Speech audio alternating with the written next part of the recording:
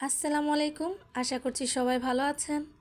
আবারও চলে এসেছি সহজ উপকরণ দিয়ে খুবই মজার একটি টক ঝাল জলপাই আচারের রেসিপি নিয়ে।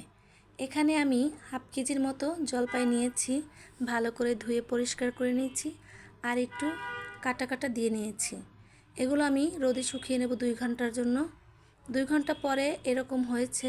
আমি একটু হালকা হলুদ মাখিয়ে রোদে দিয়েছিলাম। এখন আমি এটা তৈরি করে নেব।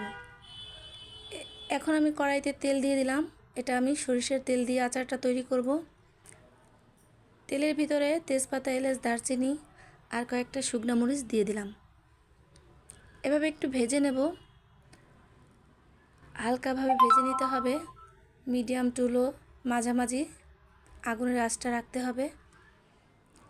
বড় সাইজের 3টা দেশি রসুন ছিঁচে এই তেলের ভিতর দিয়ে দেব আর কিছুক্ষণ এভাবে ভেজে নেব। আস্ত একটু পাঁচফোড়ন দিয়ে দিলাম ভালো ফ্লেভারের জন্য। এভাবে একটু ভেজে নেব হালকা বাদামি করে। চুলার আঁচটা অবশ্যই মিডিয়াম টু লোয়ের মাঝামাঝি রাখতে হবে, এটা অবশ্যই খেয়াল রাখতে হবে।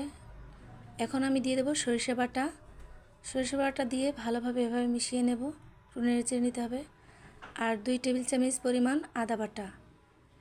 আসলে আচারটা খুবই সহজ, খুব সহজভাবে তৈরি করা। আমি এই আচারটা দেখাবো যাতে আপনারাও দিতে পারেন, ভয় পাওয়ার কিছু নেই। আসলে আচারটা এতটা টেস্টি, তা যারা খায় তারাই শুধু বোঝে। কালারের জন্য হালকা পরিমাণ হলুদ দিয়ে দেব আর পরিমাণ মতো লবণ। লবণটা কম বেশি হলে সমস্যা নেই, যেহেতু এটা আচারের লবণ। তো এভাবে আমি আচারটার মশলা ভালোভাবে তৈরি করে নেব। দেখুন কতটা পারফেক্ট হয়ে গেছে। এখন আমি এর মধ্যেই জলপাইগুলো দিয়ে দেব। দেখুন এভাবে দিয়ে দেব, তারপর আলতো করে নাড়তে থাকবো কিছুক্ষণ। চুলার আঁচটা কিন্তু মিডিয়াম টু লোয়ের মাঝামাঝি রাখতে হবে। এখানে আমি 1 টেবিল চামচ পরিমাণ চিনি দিয়ে দেব হালকা মিষ্টির জন্য। টেস্টটা অনেক ভালো হবে, যেহেতু ঝাল টক আচার, সেখানে হালকা পরিমাণে একটু চিনি দিলে তেমন কোনো অসুবিধা হবে না, বরং টেস্টটা অনেক ভালো হবে। ঢাকনা দিয়ে এভাবে সিদ্ধ করে নেব কিছুক্ষণ। এই আচারটা ভর্তা ভাত বলেন, খিচুড়ি বলেন অথবা বিরিয়ানির সাথেও আপনি টেস্ট করে দেখতে পারেন। অনেক অনেক বেশি মজা আর খাওয়ার রুচিটাও অনেক বেড়ে যাবে। এভাবে সহজ কিছু উপকরণ দিয়েই আমি এই আচারটা তৈরি করলাম আপনাদের জন্য। দেখুন আমি নামানোর আগে পাঁচফোড়ন ভেজে গুঁড়ো করে রেখেছি, সেগুলো আমি এখানে দিয়ে দিলাম আর ভালোভাবে একটু নেড়েচেড়ে নেব।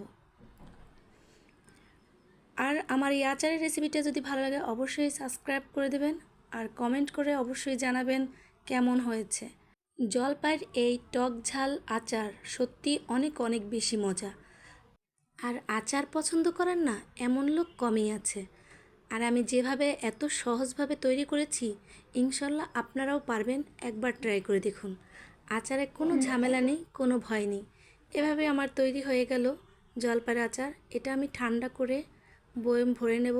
আর তেলের পরিমাণটা একটু বেশি দিতে হবে, যাতে আচারটা সম্পূর্ণ ডুবে থাকে, তাহলে আপনি অনেক দিন সংগ্রহ করতে পারবেন।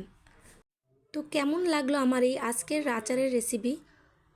নিশ্চয়ই ভালো লেগেছে। সবাই ভালো থাকবেন, 5 ওয়াক্ত নামাজ পড়বেন। আল্লাহ হাফেজ।